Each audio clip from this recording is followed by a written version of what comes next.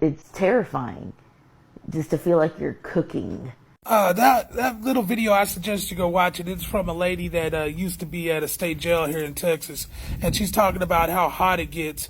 And I had mentioned this in another video, and I think I mentioned it in the video when I was riding on my mower, talking about drinking lots of water and stuff like that.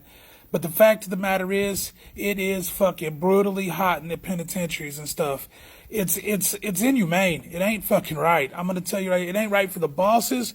It ain't right for the inmates. I mean, there is a point where that should be considered cruel and unusual punishment. Because I tell you what, these lawmakers, these people these judges, they couldn't clear out one of them dorms and put the whole Texas legislature in there for the month of July in the state of Texas. You know what I mean? And in conditions that they deem acceptable. To give them the exact same type of treatment that these inmates get, that these bosses have to work in and day out.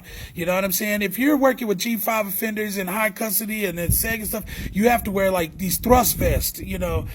Justice 23 was talking about it earlier in the video, and those things it's nothing but just a ring of sweat. And you know what, if you have to suit up and be on the 5-man team and that shit when it's hot, I mean, you're dying afterwards. It's fucking brutally hot. You know what I mean?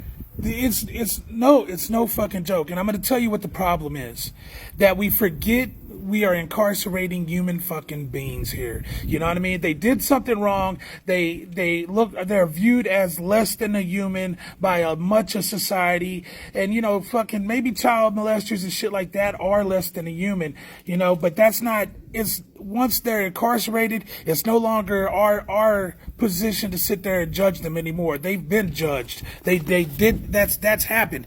Now you have to treat them like, as at least as well as you would treat a dog. You know what I'm saying? And when I board my dog up there, man, he has better, cooler living conditions. Has access to cool air.